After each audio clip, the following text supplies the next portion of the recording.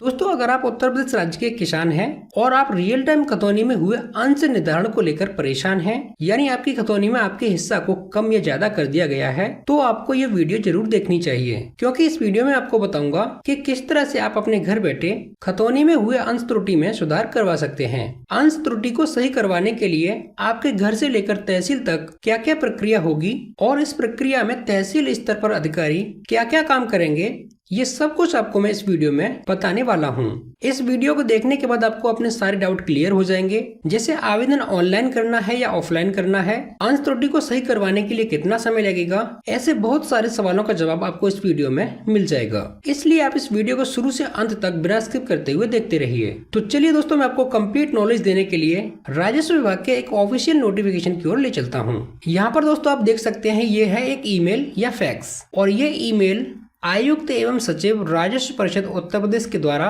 सभी जिलाधिकारियों को भेजा गया है, और यह अति महत्वपूर्ण यानी समयबद्ध कैटेगरी के अंदर भेजा गया है, यानी इस पर समस्त जिलाधिकारियों को विचार करना अति महत्वपूर्ण है।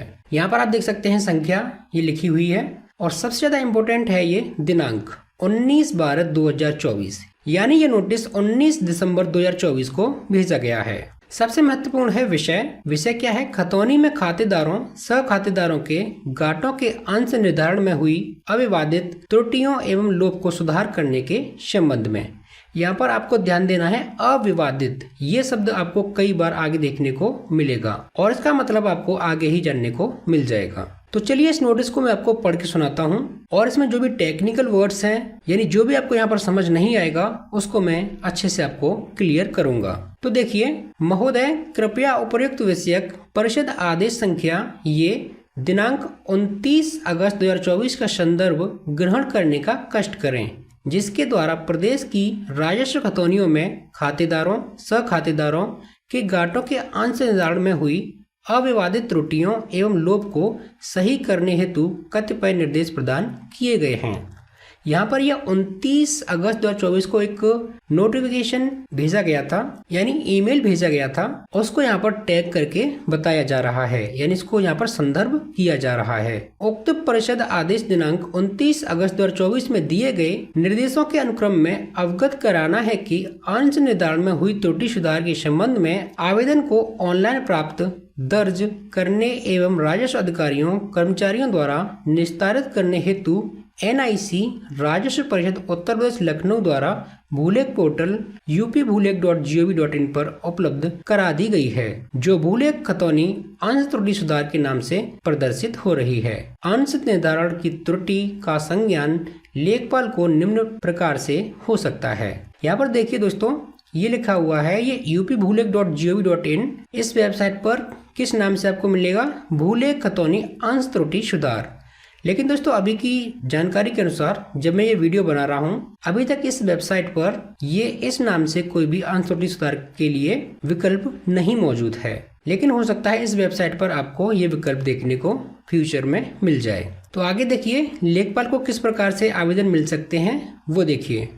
हितबद्ध पक्ष के द्वारा पोर्टल पर आवेदन करने पर, यानी कोई व्यक्ति अगर ऑनलाइन आवेदन कर देता है तो वो ऑनलाइन आवेदन लेखपाल को पोर्टल पर देखने को मिल जाता है।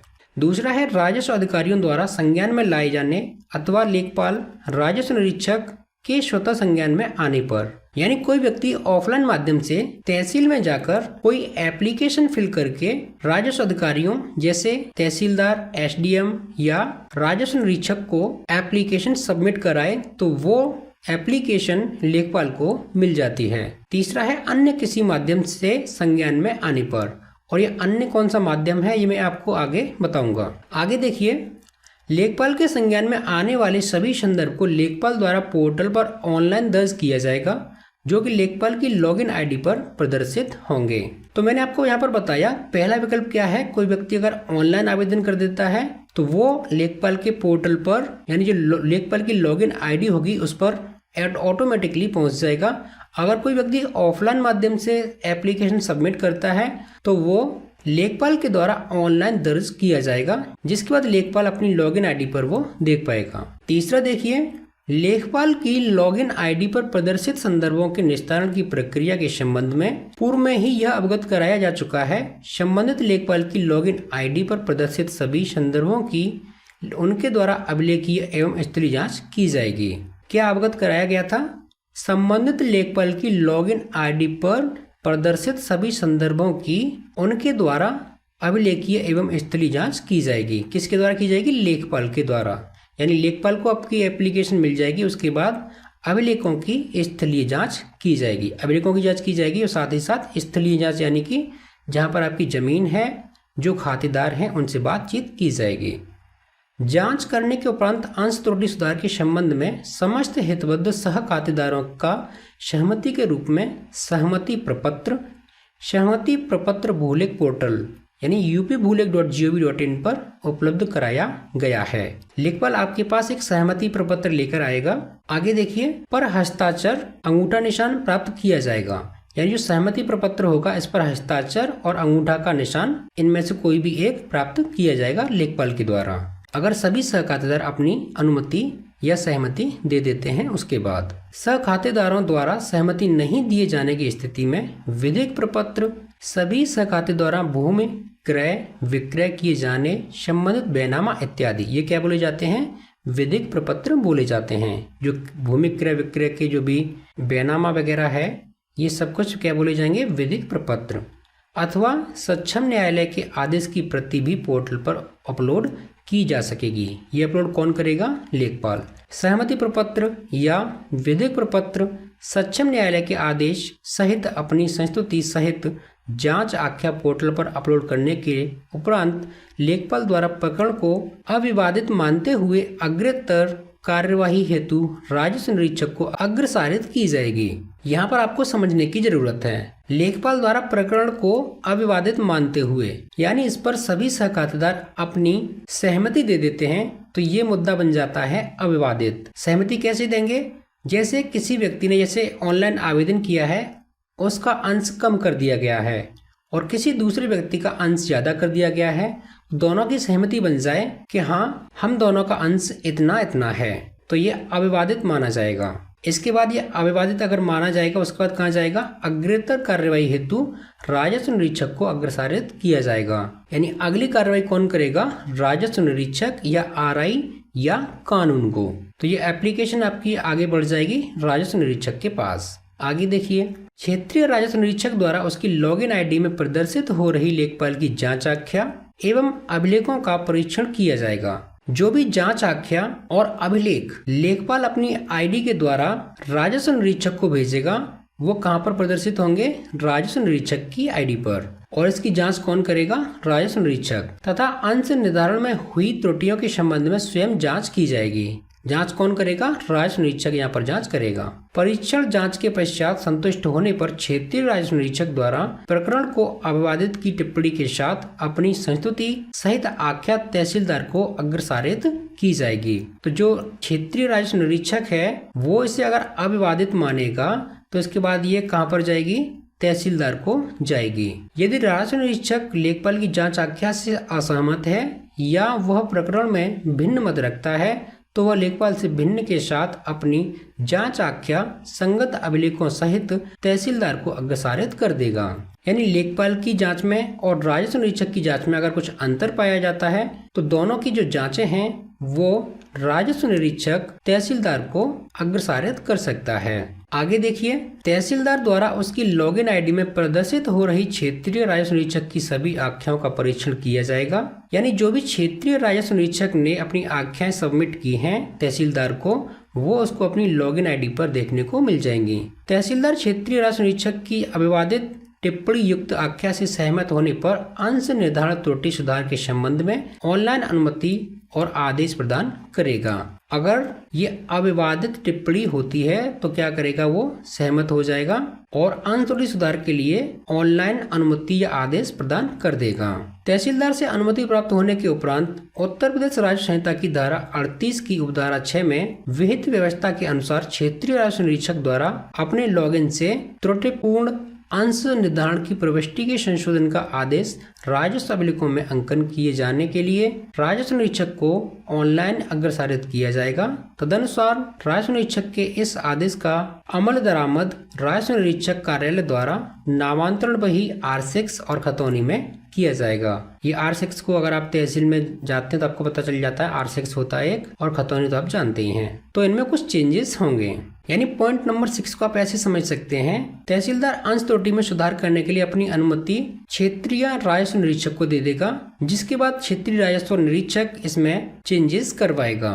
7वां पॉइंट देखिए, यदि तहसीलदार क्षेत्रीय राजस्व निरीक्षक की आज्ञा से असहमत है तो वह उसे विवादित मानते हुए अपनी संस्तुति सहित आख्या उप जिलाधिकारी को अग्रसारित करेंगे। तो मैंने आपको बताया था, एक तो है विवादित और एक है अविवादित। तो विवादित वाले केस में क्या होगा, ये मैटर जाएगा कहाँ पर, उप जिलाधिकारी यानी SDM के लिए। यानी जो जांच आख्याएं तहसीलदार के पास पहुंची हैं उनमें अगर भिन्नताएं पाई जाती हैं, उनमें कुछ प्रॉब्लम्स आती हैं, जैसे कोई सह खातेदार है वो अपनी कुछ आपत्तियां दर्ज करते हैं, तो ये मैटर उप जिलाधिकारी कोर्ट में पहुंचेगा। यहाँ पर देखिए, उप जिलाधिकारी राजस्व संहिता की धारा 38(2) के तहत पक्षों को सुनकर अंश निर्धारण त्रुटि का निस्तारण किया जाएगा। तो यहाँ पर सुनवाई चलेगी, 1-2 बार जो भी सुनवाई हो वो यहाँ पर सुनवाई चलेगी। उसके बाद यहाँ पर प्रक्रिया आगे बढ़ेगी। उप जिलाधिकारी के न्यायालय में प्रकरण राजस्व संहिता की धारा 38(2) के तहत RCCMS पोर्टल पर दर्ज किया जाएगा।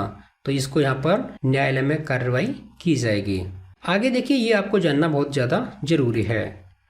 अविवादित अंश निर्धारण त्रुटि सुधार संबंधी प्राप्त या दर्ज ऑनलाइन आवेदन का निस्तारण संबंधित राजस्व अधिकारियों या कर्मचारियों द्वारा निम्नवत कार्य दिवसों के अंदर किया जाना सुनिश्चित किया जाएगा। तो यहाँ से आपको पता चल जाएगा, आप चाहे ऑनलाइन आवेदन करें या फिर आप तहसील में जाकर ऑफलाइन मोड में कोई एप्लीकेशन दे करके आए, उन पर कार्रवाई कितने समय में की जाएगी और किस किस स्तर पर की जाएगी वो आप यहाँ से जान पाएंगे। तो यहाँ पर आप देखिए, लेखपाल द्वारा उसकी लॉगिन आईडी पर प्रदर्शित हो रहे आवेदन की जांच पूर्ण किया जाना एवं आख्या को पोर्टल पर अपलोड किया जाना, ये कितने दिन के अंदर होगा, 11 दिन के अंदर होगा। दोस्तों यहाँ पर मैं आपको बता दूं, सबसे ज्यादा अच्छा जो विकल्प है वो है ऑनलाइन आवेदन करना। और किस तरह से ऑनलाइन आवेदन करना है ये वीडियो में ऑलरेडी बना चुका हूँ, और हो सकता है आप में से बहुत सारे भाइयों ने ऑनलाइन आवेदन कर भी दिया हो। जब आप ऑनलाइन आवेदन कर देंगे तो उसके 1-2 दिन बाद आपके मोबाइल नंबर पर एक SMS आएगा कि आपकी एप्लीकेशन को लेखपाल के लिए अग्रसारित कर दिया गया है। तो जैसे ही वो लेखपाल की आईडी पर अग्रसारित हो जाती है, यानी फॉरवर्ड हो जाती है, तो उस दिन से 11 दिन के अंदर लेखपाल आपके यहाँ पर जांच करने आएगा और जो भी वो रिपोर्ट यहाँ से लगाएगा वो पोर्टल पर अपलोड कर देगा। इतना काम करने के लिए लेखपाल को 11 दिन का वक्त मिलेगा। इसके बाद देखिए क्या होगा, राजस्व निरीक्षक द्वारा उसकी लॉगिन आईडी में प्रदर्शित हो रही लेखपाल की जांच आख्या का परीक्षणोपरांत तहसीलदार की ऑनलाइन अनुमति हेतु अग्रसारित किया जाना। यानी राजस्व निरीक्षक की आईडी पर लेखपाल की जो जांच आख्या होगी उसका परीक्षण कौन करेगा, राजस्व निरीक्षक करेगा। और इसके बाद इसको तहसीलदार के लिए अग्रसारित कौन करेगा, राजस्व निरीक्षक करेगा। और इसके लिए राजस्व निरीक्षक को 7 दिन का समय दिया गया है। तीसरे पॉइंट में, जब एप्लीकेशन तहसीलदार के पास पहुंच जाएगी तो उसके बाद तहसीलदार को 7 दिन का समय दिया जाएगा। तहसीलदार द्वारा उसकी लॉगिन आईडी में प्रदर्शित हो रही क्षेत्रीय राजस्व निरीक्षक की सभी आख्याओं का परीक्षण कर ऑनलाइन अनुमति दिया जाना। यानी अंश त्रुटि में जो भी सुधार किया जाना है उसकी अनुमति तहसीलदार के द्वारा दी जाएगी। और उसके लिए कितना वक्त दिया गया है, 7 दिनों का वक्त यहाँ पर दिया गया है। चौथा पॉइंट समझिए, तहसीलदार की अनुमति प्राप्त होने के पश्चात राजस्व निरीक्षक द्वारा प्रविष्टि के संशोधन का आदेश राजस्व अभिलेखों में अंकन किए जाने हेतु राजस्व निरीक्षक कार्यालय को ऑनलाइन अग्रसारित किया जाना तथा तदनुसार राजस्व निरीक्षक कार्यालय द्वारा इस आदेश का अमल दरामद नामांतरण बही R6 और खतौनी में अंकन किया जाना। इस कार्य के लिए यहाँ पर 3 दिन का वक्त दिया गया है। यानी जैसे ही तहसीलदार के द्वारा अंश त्रुटि में सुधार किया जाना है उसके बाद इसको R6 में और खतौनी में जो आपका अंश त्रुटि में सुधार किया गया है उसको 3 दिन के अंदर वहां पर फीड करना जरूरी रखा गया है। तो इस तरह से आपके पास कुल 11 और 7 18, 18 7 25, 25 और 3 28, मिनिमम आपके लिए 28 दिन का वक्त यहाँ पर लगने वाला है। यानी आप अगर कोई ऑनलाइन आवेदन करते हैं अंश त्रुटि में सुधार करवाने के लिए, या आप ऑफलाइन मोड में तहसील में जाकर एप्लीकेशन सबमिट करते हैं और आपकी एप्लीकेशन लेखपाल की लॉगिन आईडी पर पहुंच जाती है, उसके बाद 28 दिन का मिनिमम वक्त लगने वाला है। चलिए अब आगे बढ़ते हैं। अतः इस संबंध में निर्देशित किया जाता है कि कृपया अपने अपने जनपद के संबंधित राजस्व अधिकारियों कर्मचारियों को यह निर्देशित करने का कष्ट करें कि वह अंश निर्धारण त्रुटि सुधार संबंधी प्राप्त या दर्ज ऑनलाइन आवेदन का निस्तारण उपरोक्त प्रक्रियानुसार एवं समय सीमा के अंतर्गत किया जाना सुनिश्चित करने का कष्ट करें। यानी 28 दिन के अंदर इसको खत्म करने की प्रक्रिया बनाई गई है और इसको कर्मचारी समय से खत्म करने का कार्य करें। और ये 10वां जो पॉइंट है वो आपको समझना ज़्यादा जरूरी नहीं है। आगे बढ़ते हैं। ये भी वही सेम पेज है, बस थोड़ा यहाँ पर अंतर है। अब देखिए यहाँ पर आता है जो मैंने आपको बताया 29 अगस्त 2024 को क्या मेल किया गया था, वो ये पूरा PDF आप देख सकते हैं। और यहाँ पर मैं आपको थोड़ा सा क्लियर कर दूं, जो पॉइंट्स मैंने आपको अभी बताए हैं इस लेटर में वो सारे पॉइंट्स रहने वाले हैं। इसके अलावा इसमें कुछ अतिरिक्त पॉइंट्स हैं जो यहाँ पर अच्छी तरह से डिस्कस किए गए हैं, तो इस लेटर को भी आप जरूर देख लीजिए। तो देखिए ये लेटर किसकी तरफ से लिखा गया है, आयुक्त एवं सचिव राजस्व परिषद उत्तर प्रदेश के द्वारा ये लिखा गया है। किसके लिए, समस्त जिलाधिकारियों के लिए। विषय देखिए, खतौनी में खातेदारों सह खातेदारों के घाटों के अंश निर्धारण में हुई अविवादित त्रुटियों एवं लोप को सुधार करने के संबंध में सेम विषय है, बस इतना अंतर है। ये लेटर पहले लिखा गया है और इसमें कुछ पॉइंट्स अतिरिक्त हैं, वो भी आप अच्छे से जान लीजिए। तो देखिए महोदय, कृपया आप अवगत है कि वर्तमान में प्रदेश की समस्त राजस्व खतौनियों को रियल टाइम खतौनियों में परिवर्तित करने के साथ ही खतौनी पुनरीक्षण एवं अंश निर्धारण से अवशेष सह खातेदारों के घाटों में अंश निर्धारण का कार्य भी प्रगति पर है। यानी रियल टाइम खतौनी यहाँ पर बन रही है और साथ साथ वहाँ पर क्या हो रहा है, अंश निर्धारण का कार्य भी चल रहा है। प्रदेश में अद्यतन स्थिति के अनुसार कुल 22.32% यानी 1,70,00,000 घाटों में अंश निर्धारण किया जाना है। यानी इतने घाटे भी बचे हैं, 1,70,00,000। यह भी संज्ञानित हुआ है कि जिन खातेदारों सह खातेदारों के घाटों में अंश निर्धारण का कार्य किया गया है उनमें भी कतिपय जनपदों में त्रुटिपूर्ण अंश निर्धारण किया गया है। यानी ऐसे जनपद हैं जहां पर त्रुटिपूर्ण अंश निर्धारण किया गया है। सूच्य है कि खतौनी में अभिलेखीय त्रुटियों को सही करने के लिए वर्तमान में निम्नवत व्यवस्था प्राविधानित है। क्या व्यवस्था है वो आप देख लीजिए। उत्तर प्रदेश राजस्व संहिता 2006 में, ये उत्तर प्रदेश में भूमि से संबंधित एक राजस्व संहिता है जो 2006 में बनी थी। इसमें भूमि से संबंधित कुछ नियम कानून हैं। तो यहाँ पर आपको देखना है धारा 32(1), इसमें क्या है, अभिलेखों को ठीक करना। तो इसमें अभिलेखों को किस तरह से ठीक किया जाता है वो आप पढ़ना चाहें तो आप पढ़ सकते हैं, लेकिन ये अभी आपके काम की चीज नहीं है, इसलिए मैं आपको इसको नहीं समझा रहा हूँ। यहाँ पर देखिए धारा 38(6), गलती और लोप का सुधार इस संहिता के अन्य प्रावधानों में किसी बात के होते हुए भी राजस्व निरीक्षक अधिकार अभिलेख अथवा खसरा की किसी अविवादित त्रुटि या लोप को ऐसी रीत से और ऐसी जांच जो विहित की जाए करने के बाद ठीक कर सकेगा। यानी धारा 38(6) में क्या होगा, अगर कोई गलती हो गई अभिलेखों में या कुछ छूट गया है, लोप हो गया है, तो उसका सुधार किया जा सकता है। इसके बाद आप यहाँ पर देख सकते हैं उत्तर प्रदेश राजस्व संहिता नियमावली 2016 में अविवादित त्रुटियों को सही करने के लिए व्यवस्था। तो यहाँ पर नियम 36(7) है, तो इसको आप पढ़ना चाहते हो इसको भी आप पढ़ सकते हैं। आगे बढ़ते हैं। यहाँ पर आप देख सकते हैं 2.3 उत्तर प्रदेश भू अभिलेख मैनुअल में अविवादित त्रुटि को सही करने के लिए व्यवस्था।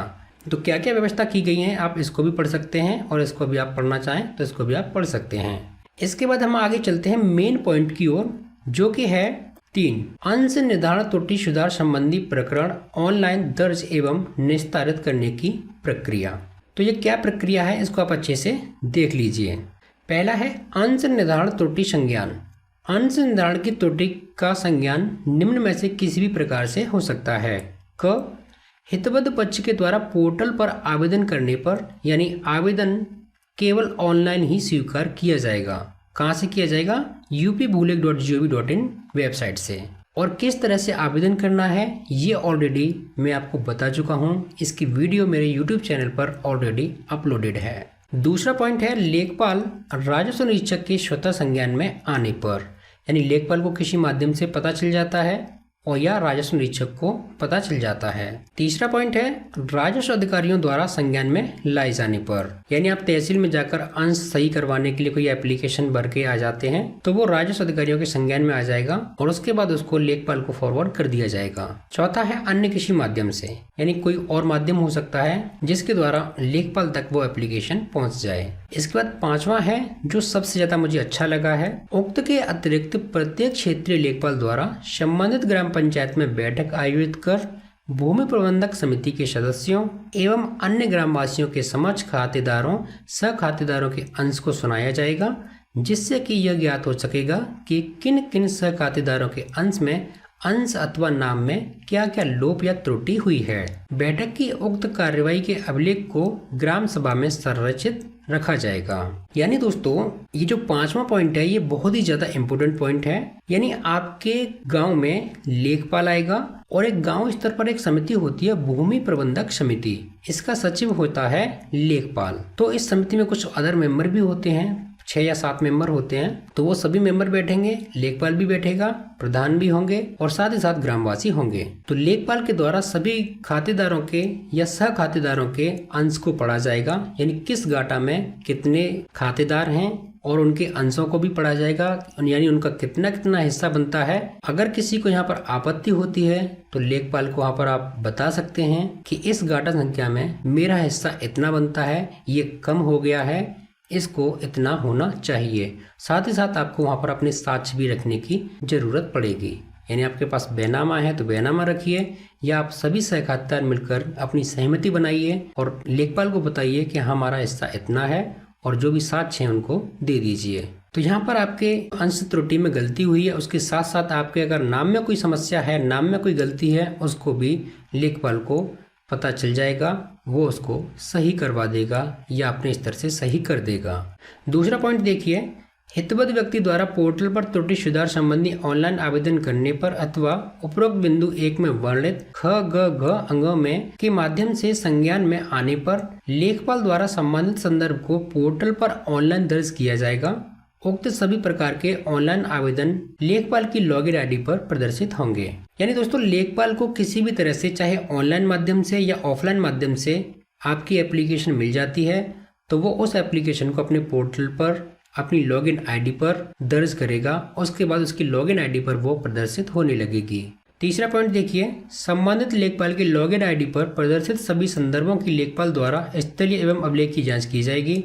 जांच में संतुष्ट होने पर लेखपाल द्वारा अंश निर्धारण के संबंध में समस्त हितबद्ध सह खातेदारों की सहमति के रूप में सहमति प्रपत्र पर हस्ताक्षर या अंगूठा निशान प्राप्त किया जाएगा। और ये चीज जो है ना, ये तीसरा पॉइंट और ये चौथा पॉइंट जो राजस्व निरीक्षक से संबंधित है, यानी कब किसको फॉरवर्ड की जाएगी आईडी, कितने दिन का समय लगेगा, ये सब कुछ मैं बता चुका हूँ। ये देखिए ये तहसीलदार के लिए है, यानी तहसीलदार क्या करेगा यहाँ पर, ये सब कुछ बताया गया है।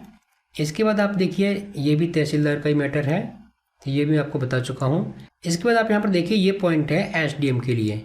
इसके बाद देखिए जो छठवां पॉइंट है ये भी मैं आपको बता चुका हूँ। अब चलते हैं यहाँ पर चौथे पॉइंट की ओर। अतएव उपर्युक्त वर्णित तथ्यों के परिप्रेक्ष्य में निर्देशित किया जाता है कि समस्त जिलाधिकारी अपने जनपद के संबंधित अधिकारियों कर्मचारियों को यह निर्देशित करें कि वह खतौनी में अंश निर्धारण के संबंध में अविवादित त्रुटियों एवं लोप को सही कराने हेतु अभियान चलाकर उपरोक्तानुसार वांछित कार्यवाही दिनांक 31 दिसंबर 2024 तक पूर्ण कराया जाना सुनिश्चित किया जाए।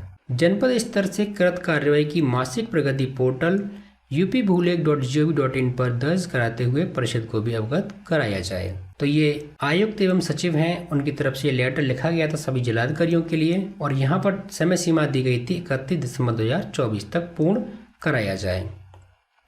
लेकिन आपने देखा ही होगा कि अभी 19 दिसंबर 2024 को फिर से नोटिस आया, जो मैंने आपको पहले वाला नोटिस पढ़ाया था। तो आपको यहाँ पर 31 दिसंबर 2024 से कंफ्यूज नहीं होना है। यहाँ पर अंश त्रुटियों में सुधार होते रहेंगे। जब तक अंश त्रुटियों में सुधार नहीं हो जाते तब तक यह पोर्टल चलता रहेगा। इसके बाद आप आगे देख सकते हैं, उक्त के अतिरिक्त यह भी निर्देशित किया जाता है कि ऐसे विवादित प्रकरण जिनका निस्तारण उप जिलाधिकारी यानी एसडीएम द्वारा उत्तर प्रदेश राजस्व संहिता की धारा 38(2) के तहत हितबद्ध पक्षों को सुनकर किया जाना है कि समीक्षा हेतु पृथक से राजस्व परिषद की वेबसाइट पर एक प्रारूप विकसित किया जाएगा, जिसका पाक्षिक स्तर पर अनुश्रवण समीक्षा राजस्व परिषद मंडलायुक्त एवं जिलाधिकारियों द्वारा किया जाएगा। यानी ये पॉइंट उन लोगों के लिए है जिनकी खतौनियों में कुछ विवादित पॉइंट बन रहा है। आशा करता हूँ दोस्तों आपको मेरी ये वीडियो पसंद आई होगी। अगर इस नोटिस में आपको कुछ भी समझ नहीं आया है तो एक बार मुझे आप कमेंट करके जरूर पूछ लीजिए। आपके हर प्रश्नों का जवाब मैं आपको जरूर दूंगा। चलिए तो मिलते हैं अगली वीडियो में, तब तक के लिए धन्यवाद। जय हिंद।